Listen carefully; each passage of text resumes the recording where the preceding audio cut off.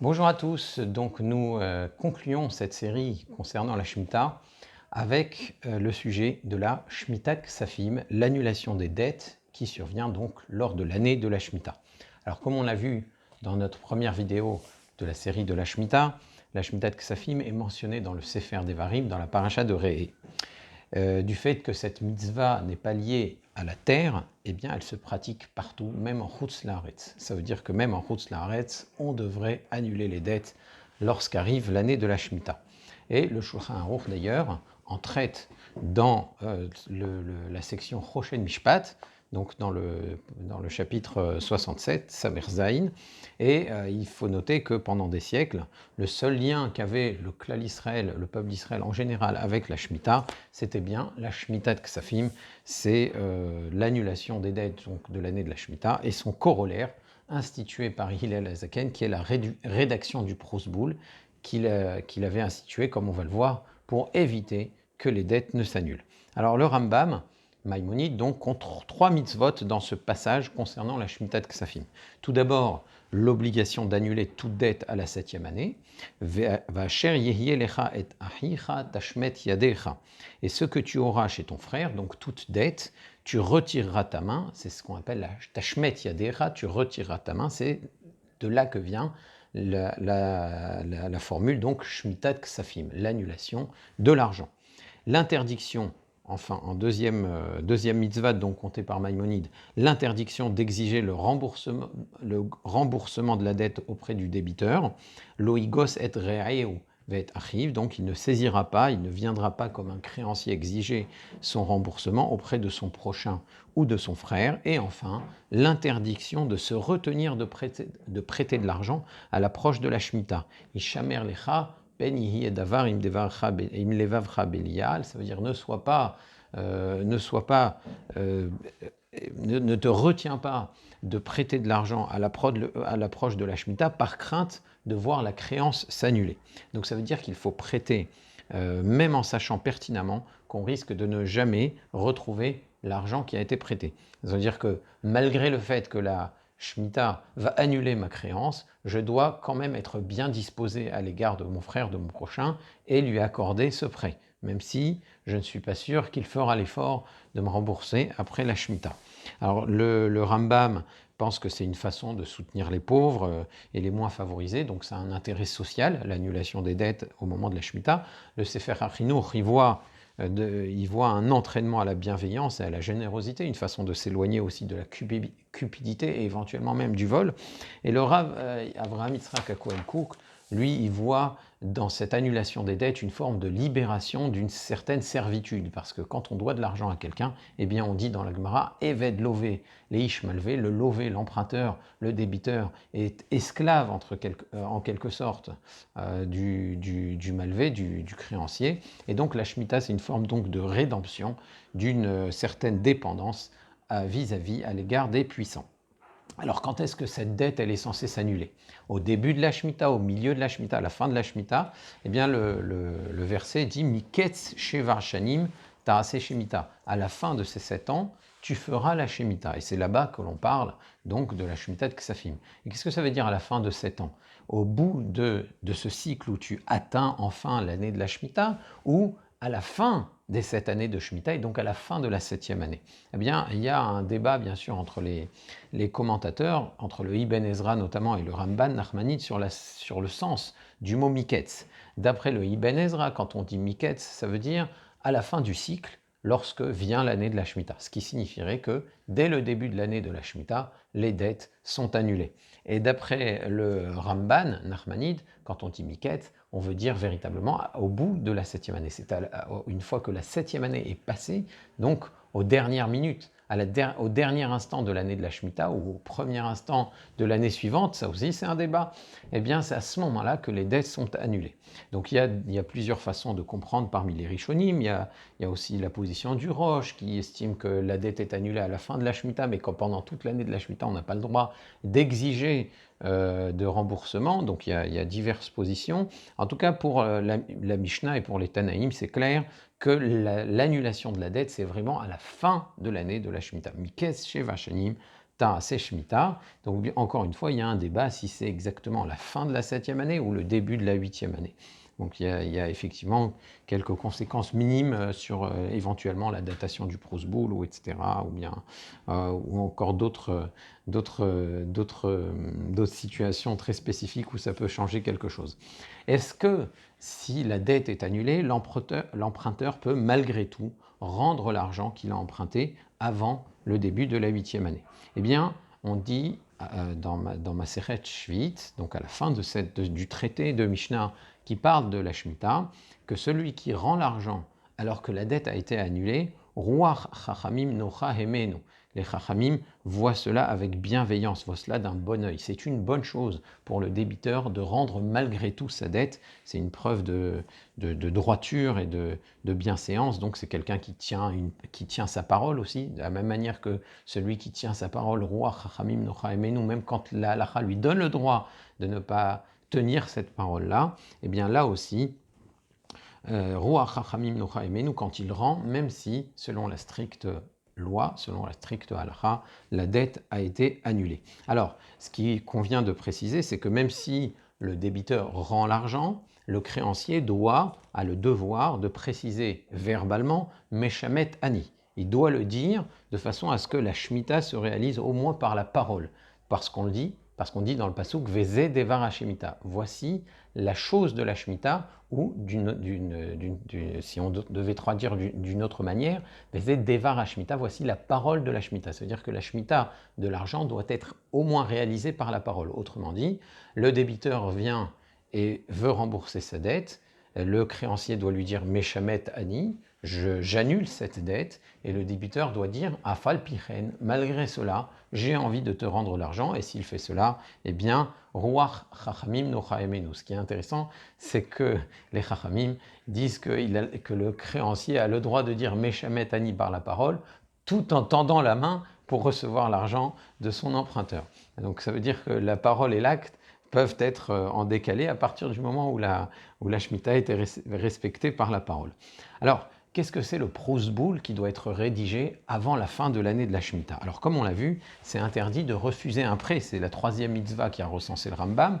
C'est interdit de refuser un prêt dans la crainte de la voir s'annuler à la fin de la Shemitah. Et la Mishnah explique que Hillel Azaken, donc c'est un des Tanaïm des plus célèbres Tanaïm de la fin de la période du 2e Beth Amikdash, et Hillel Azaken, donc, qui était le Nassi, a constaté que ses contemporains transgressaient cette interdiction. Autrement dit, à son époque, les prêts étaient très difficiles à obtenir lorsqu'approchait la 7e année et surtout la fin de la 7e année.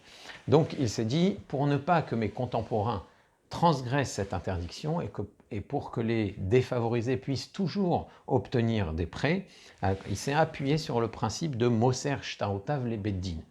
Donc on a un principe dans la Mishnah qui explique que si le particulier a effectivement le devoir d'annuler la dette de son prochain, donc et achicha tashmet yadecha, tu dois annuler les dettes pour ton frère, le Beddin, lui, n'a pas cette obligation. Le Beddin, c'est pas une personne, c'est pas achicha, c'est pas ton frère. Alors certains disent que Hillel a élargi le concept de la personne morale en s'appuyant sur ce pasouk. Bon, c'est discutable, il y a certaines sources dans la Gemara qui ne vont pas tellement dans ce sens, mais c'est possible.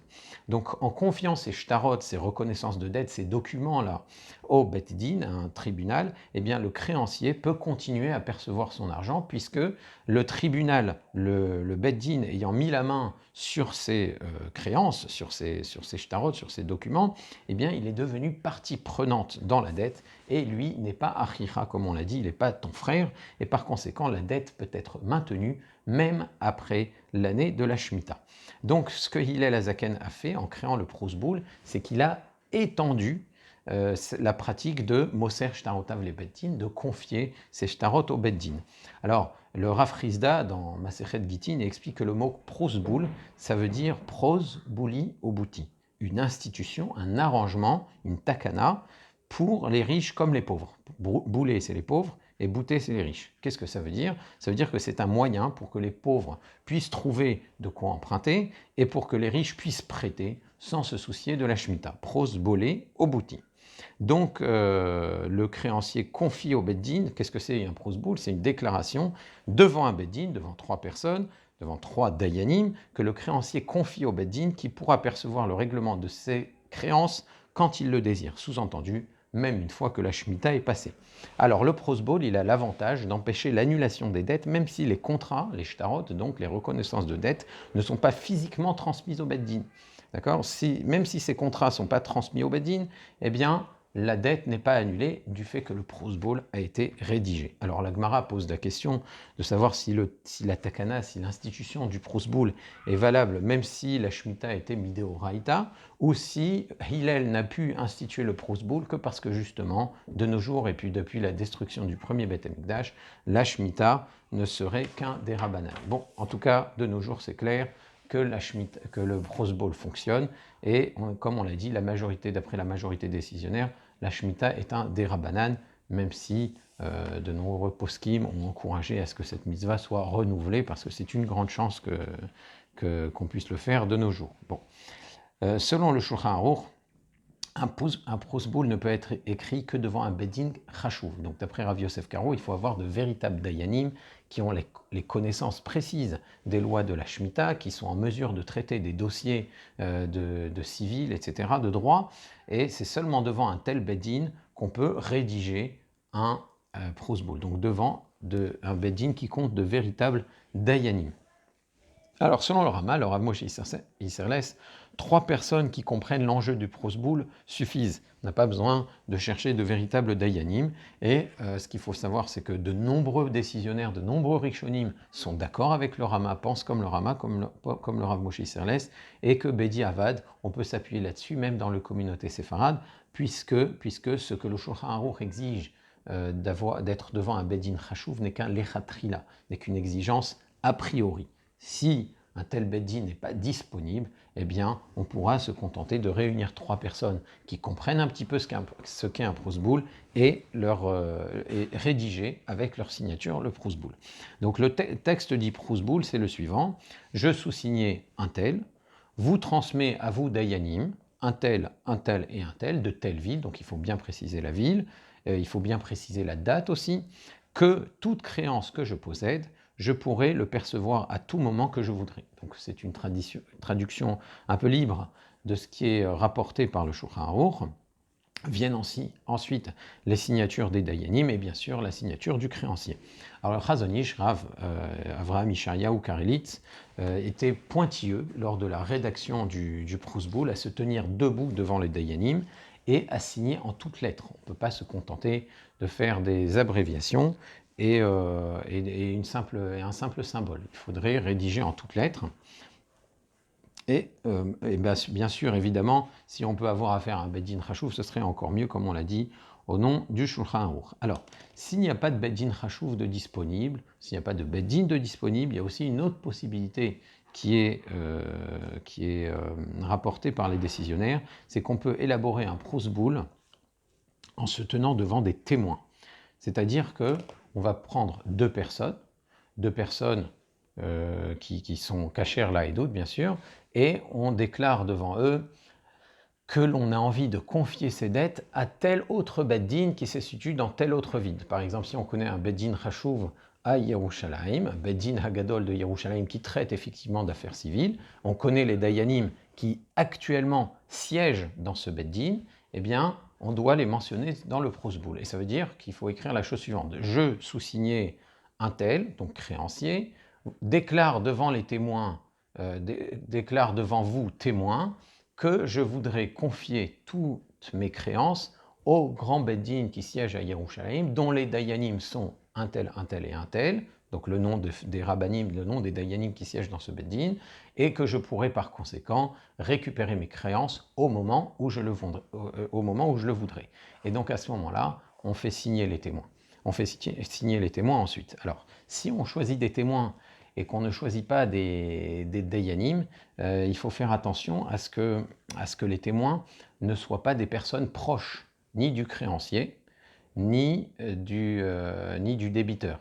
Voilà, c'est parce que s'il y a une proximité, alors à ce moment-là, les témoignages ne sont pas valables. Il faut faire attention aussi quand on date le prosboul, que la date soit celle du jour. Si on antidate le Proust-Boule, on peut être face à un problème. Alors effectivement, le Proust-Boule est valable pour les créances qui ont été contractées avant la rédaction du Proust-Boule. Il n'est pas valable pour les créances qui ont été contractées après, puisque celles qui sont contractées après, elles n'ont pas été confiées au Beddin. Donc, si on antidate un Proust-Boule, on peut avoir un problème. On peut être devant quelque chose qui n'est pas valable. Donc, si la date si on se trouve le 29 Elul de telle et telle année et qu'on l'a antidaté et qu'on l'a mis au 15 Av par exemple, eh bien là ça reste valable puisqu'on l'a mis un mois et demi plus tôt. Un mois et demi plus tôt, c'est valable parce que je baisse, je casse la force du Proust-Boule. Tandis que si je l'antidate, je le rédige pour plus tard, mettons que je suis le 15 Av, je rédige un Proust-Boule, mais je vais peut-être prêter encore d'ici la fin de l'année de la Shemitah. Donc je l'antidate et je mets une date pour plus tard. Là, ça ne sera pas valable parce que ça voudra dire que mon Proust-Boule sera valable plus longtemps, même pour des créances que j'aurai, même pour des prêts que j'aurai accordés après la rédaction du Proust-Boule. Donc il faut absolument veiller à ce que la date soit correcte pour ne pas rentrer dans ce problème-là. Donc, et bien entendu, le meilleur moment pour rédiger son Proust-Boule, c'est le dernier jour de l'année, quand on sait qu'on ne va pas accorder d'autres prêts après cela. Donc on sait que l'année de la Shemitah va se terminer et tous les prêts qui auront été accordés pendant toute l'année de la Shemitah et même avant ne seront donc pas annulés par la fin de l'année de la Shemitah. Donc voilà pour la date. Il faut savoir aussi que dans certaines situations, même une simple déclaration orale suffirait, mais il faut être sûr qu'on a affaire à des érudits qui savent que la Shemitah de nos jours est une Shemitah des Rabbanan et pas des Horaïta, etc. Mais en tout cas, c'est mentionné dans les poskim.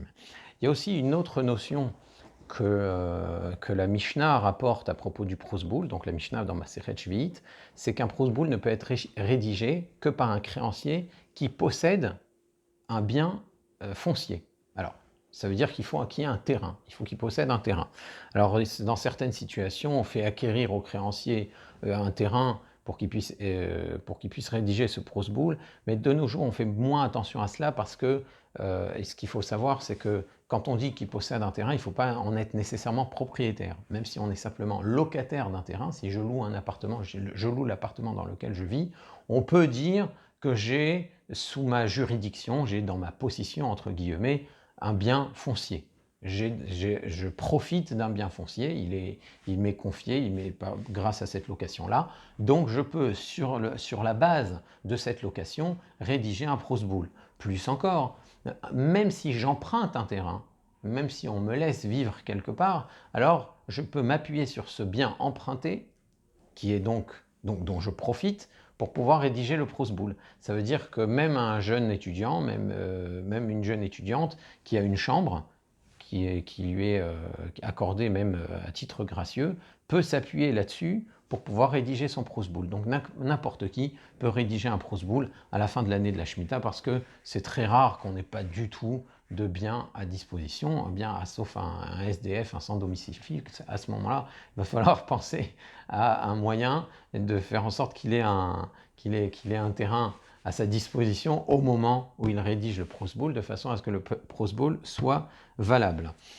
Donc, si jamais vous avez emprunté de l'argent avant la fin de la Shemitah à une personne qui, elle, n'a pas rédigé de Proust-Boule, elle n'a pas pris le soin de rédiger le Proust-Boule, vous devriez quand même rendre l'argent pour réaliser Verasita Hayashar Veatov. Tu feras ce qui est droit et bon. Et comme on l'a dit dans la Mishnah, Ruach Chachamim Nocha Emenu, celui qui rend l'argent, même si la dette a été annulée, eh bien, les Chachamim sont satisfaits, voient cela avec bienveillance. Il s'agit effectivement toujours de se montrer droit et d'aller au-delà de ce que la halakha exige. C'est parce que ça ne suffit pas de faire la halakha à la lettre, il faut toujours essayer d'aller un peu plus loin. Il faut savoir aussi qu'on peut rédiger un Proust-Boule pour une autre personne dans la mesure où on l'a prévenu à l'avance. Donc, si vous êtes marié, vous pouvez rédiger un Proust-Boule pour votre époux, pour votre épouse, sans aucun problème. Et il faut aussi préciser que quand vous avez un compte en banque, c'est aussi un prêt. C'est-à-dire même si vous savez que je n'ai pas prêté d'argent, Je ne suis pas créancier, j'ai aucune raison de rédiger un prosboul. Sachez que quand vous avez un compte en banque en Israël, vous avez prêté à un juif. Parce qu'un compte en banque, c'est prêter de l'argent à la banque. Donc là aussi, ça exige la rédaction d'un prosboul. Donc de près ou de loin, sans faire de mauvais jeu de mots, on est lié à quelqu'un par une dette, on est débiteur ou créancier, et il est donc nécessaire de rédiger un prosboul avant la fin de l'année de la Shemitah. Donc si vous êtes à l'approche de la fin de l'année de la Shemitah, n'oubliez pas de rédiger votre prosboul. Si vous avez des questions, n'hésitez pas à les poser sur le fil de la discussion, et d'ici là, je vous dis à bientôt. Au revoir.